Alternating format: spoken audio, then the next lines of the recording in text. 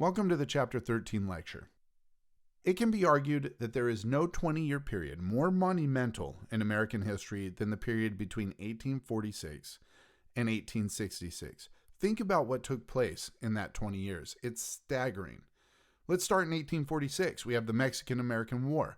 2 years later, that results in the signing of the Treaty of Guadalupe Hidalgo, and with that, the United States virtually doubles in size by picking up a huge amount of territory from the Mexican government that includes much of the western and southwestern parts of the present-day United States, including California. And before the ink was even dry on that treaty, gold was booming in California, and thousands of Americans were flocking to the gold mines and the silver mines of the West. So with this territorial acquisition, the United States gained key territory, key ports, but also key resources that would make the nation very wealthy. And of course, bookmarking the other end of that 20-year period is the Civil War, and with it, the Reconstruction Amendments. By the end of 1865, the 13th Amendment had abolished slavery throughout the United States forever. That period, the Civil War and the Reconstruction period, has been called America's Second Revolution by historian Gregory Downs, or America's Second Founding by Eric Foner, because it radically changed American society, American politics, and the American Constitution. In this chapter, we're going to see how it is that the United States finally reaches a boiling point in the age-old debate over slavery in this country, to the point where the U.S. is ready to go to war with itself and does go to war with itself. And that debate over slavery dates all the way back to the Constitutional Convention, and the Three-Fifths Compromise in the Constitution is a sign of that debate. Here's how that debate goes. You have a pro-slavery side, the slaveholding states, and an anti-slavery side, the free states. And both sides are concerned that the other side will get more power in Congress and overrule their side. So for the free states, or the anti-slavery interests, usually from the North, especially from the New England states, their concern was that during the Constitutional Convention, that the slave states would count their slaves as part of their population. And since the number of representatives that each state got to send to the House of Representatives was based proportionally on the number of people that lived in that state, by counting the slave population, the slave states would get to send more representatives to Congress, and therefore would have more votes in Congress, more power in Congress, the ability to override the anti-slavery interests, and therefore perpetuate and grow slavery in the United States. So the free state representatives, the anti-slavery interests, wanted to disallow the slave states to count any of their slaves in their census, so that they couldn't use any number of their slaves to count towards the number of representatives they got to send to Congress. Well, that wasn't going to fly with the slaveholding states, and so that's how they ended up on the Three-Fifths Compromise, in which the slave states were only allowed to count 3/5 of the total slave population toward their state population and the number of representatives and electors that they received as a result.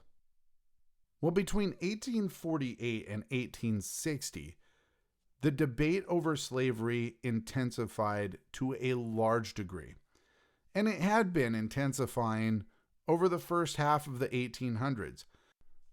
Because as Americans continued to migrate west and push deeper and deeper into the interior of the North American continent, new territories were opened up, and those territories would become states. Okay, well, if they became a slave state, now all of a sudden the pro-slavery interests gained 2 more senators, because there's 2 senators per state, 2 more pro-slavery senators in Washington, and a number of representatives sent to the House of Representatives on the pro-slavery side. Now, for those who were pro-slavery, the slaveholding states of the South, who didn't want to lose their institution of slavery, the backbone of their economy, the backbone of their social hierarchy and racial hierarchy, they were just as concerned about those new states becoming free states. Because if they were free states, then there would be another 2 senators of the anti-slavery side going to Washington, and a number of anti-slavery representatives as well. And so naturally, with the end of the Mexican-American War and the signing of the Treaty of Guadalupe Hidalgo in 1848 and all of that territory that the U.S. acquired as a result of that, that issue over whether or not slavery was going to be allowed to expand and extend into these new territories heated up to a boiling point. And what eventually brought it to a breaking point in 1860 was the election of Abraham Lincoln as president, because Lincoln had always run on a platform of anti-slavery. He was a free soiler, which meant that he wasn't an outright abolitionist, even though he saw slavery as a moral wrong, as a moral evil, and knew that it had to be eradicated. He didn't necessarily run on a platform of abolitionism, but he did not want slavery to expand any further than where it already existed. At the least, it had to stay put where it was and couldn't extend into the new territories and new states. And so obviously the election of Lincoln in 1860 both infuriated and terrified the pro-slavery interests of the South. Because again, if slavery was not allowed to expand to the new territories and states, and those new territories and states became free territories and free states, then the anti-slavery interests would gain the edge in Congress and would eventually be able to abolish slavery outright throughout the United States. And that's why shortly after Lincoln's election, South Carolina and the other states of the Deep South secede. Eventually 11 states form the Confederacy, and Lincoln, refusing to back down, refusing to concede to their demands, goes to war with the Confederacy, goes to war with the South. And out of Lincoln's efforts, out of the efforts of Congress, out of the efforts of Union officers and the Union Army, out of the victory of the Union Army, and of course out of efforts by the slaves themselves who sabotaged the Confederacy and who fled across Union lines to support the Union war effort. Because of those actions, because of those efforts and those contributions, not only was the Union preserved, but slavery was forever abolished from the United States.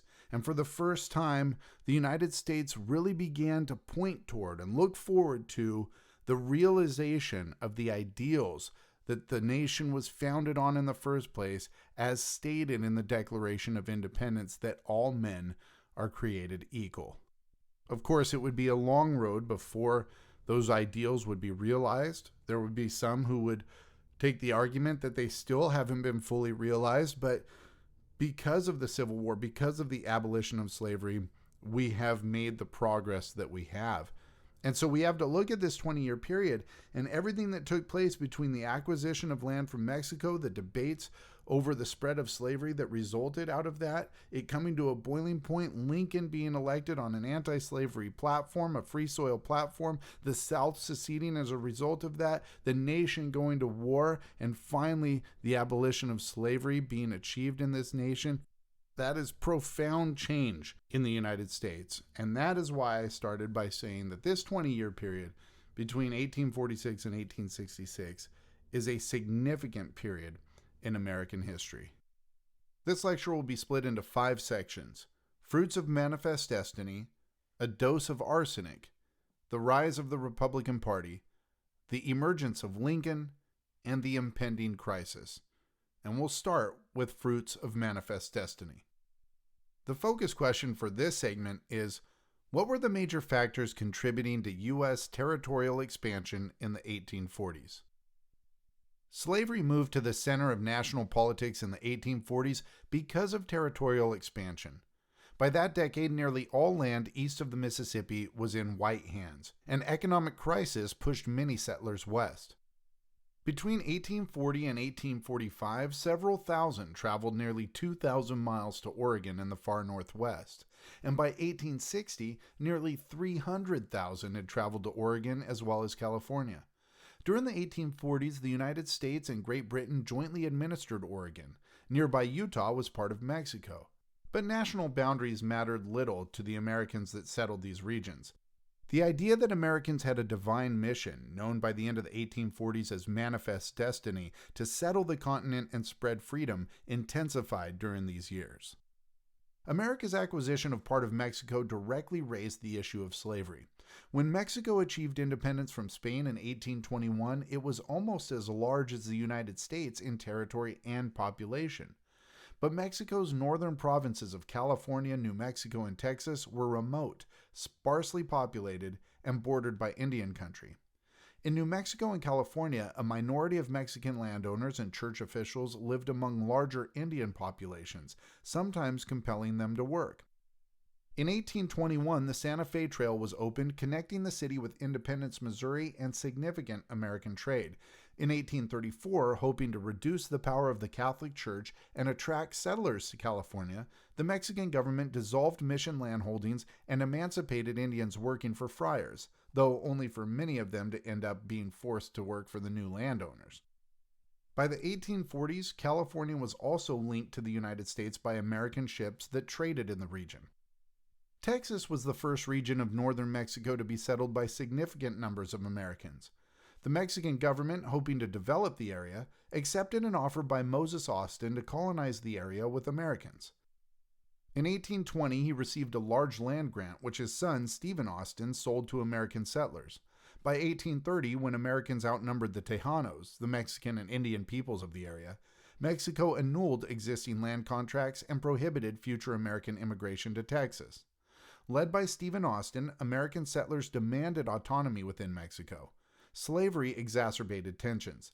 Mexico had already abolished slavery, but in Texas, local authorities had allowed American settlers to bring slaves with them.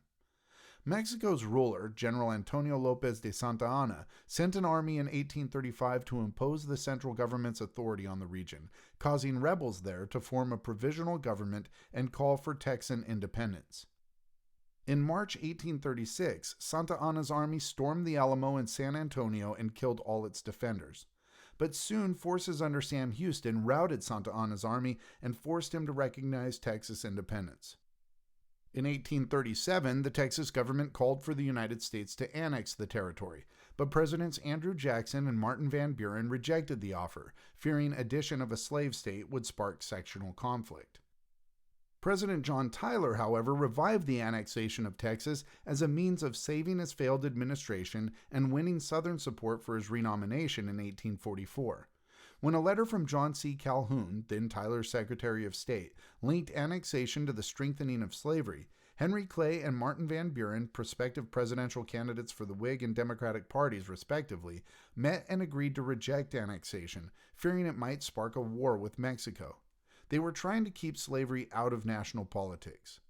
Clay received the Whig nomination, but at the Democratic convention, Southerners bent on annexation dumped Van Buren for James K. Polk, a former Tennessee governor and ardent annexationist. Polk was a slaveholder whose plantations in Tennessee and Mississippi were so brutal, only half of the slave children born on them lived to the age of 15, and adults continually fled. The Democrats' platform called for the reannexation of Texas, which wrongly implied that Texas had been part of the Louisiana Purchase, and the reoccupation of Oregon. Polk narrowly defeated Clay in the election. If the Liberty Party candidate James G. Birney had not received 16,000 votes in New York, Clay would have been elected. In March 1845, only days before Polk's inauguration, Congress declared Texas part of the United States. Polk had 4 goals: reduce the tariff, reestablish the independent treasury, settle the Oregon dispute, and bring California into the United States. Congress enacted the first 2 goals, and the third was secured through an agreement with Britain dividing up Oregon. Having backed down from the 54-40 or fight promise of his campaign and agreed on a border farther south, many Northerners felt betrayed by the new president, especially when he refused to back down on land acquisition goals with Mexico. Polk offered to buy California from Mexico, but Mexico refused to negotiate, and by early 1846, Polk was planning for war. In April, U.S. soldiers sent into the disputed area between Texas and Mexico inevitably came to blows with Mexican troops. Polk claimed that Mexicans had shed American blood upon American soil, and he called for a declaration of war. The Mexican War was the first American war fought largely on foreign soil, and most Americans, believing America was a selfless guardian of freedom, supported the war. But a large minority of Northerners opposed it, believing that the Polk administration hoped to secure new lands for slavery and slave states. Henry David Thoreau was jailed in Massachusetts for refusing to pay taxes, and he wrote an essay called On Civil Disobedience defending his actions, which later inspired Martin Luther King Jr. Abraham Lincoln, a Whig representative from Illinois, also opposed the war. In June 1846, American rebels in California declared independence from Mexico, and American troops soon occupied that region. American forces secured New Mexico at the same time. Most of the fighting occurred in central Mexico. In early 1847, after defeating Santa Anna's army at Buena Vista and following Mexico's refusal to negotiate, American forces marched to and captured the capital, Mexico City. In February 1848, the two governments agreed to the Treaty of Guadalupe Hidalgo, which confirmed the annexation of Texas and ceded California and present-day New Mexico, Arizona, Nevada, and Utah to the United States. In return, the United States paid Mexico $15 million for the land. This established the nation's present territorial boundaries, except for the Gadsden Purchase bought from Mexico in 1852 and Alaska, purchased from Russia in 1867.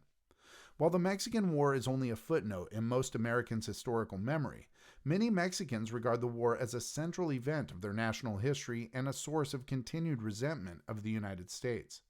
As Mexican negotiators argued in 1848, it was unprecedented to go to war with a country because it refused to sell territory to a neighbor.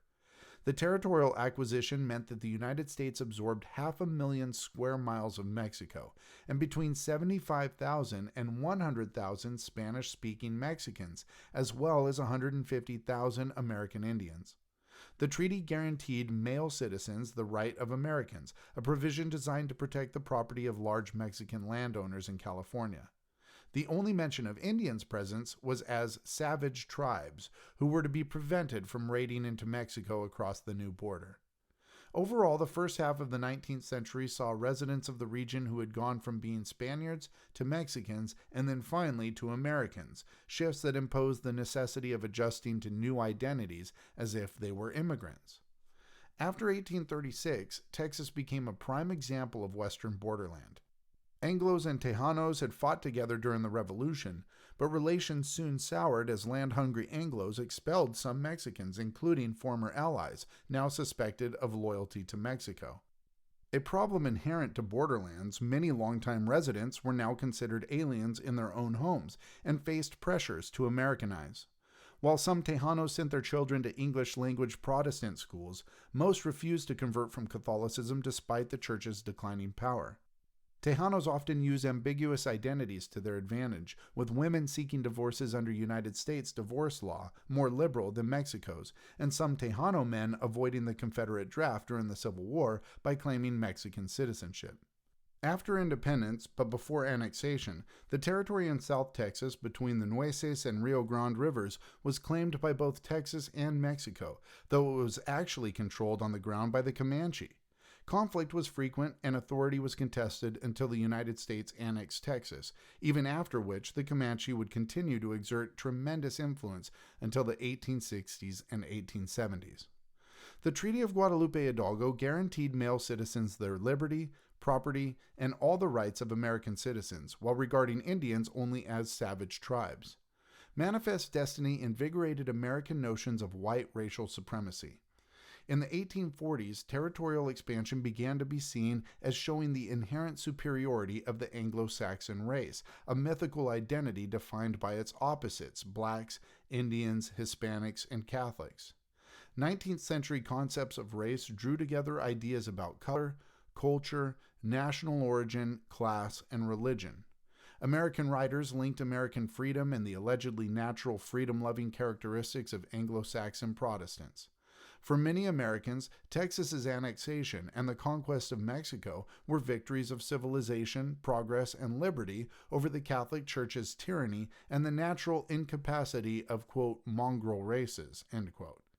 Some opposed expansion because they feared the nation could not assimilate the large non-white Catholic population, whom they believed unfit for citizenship in a republic.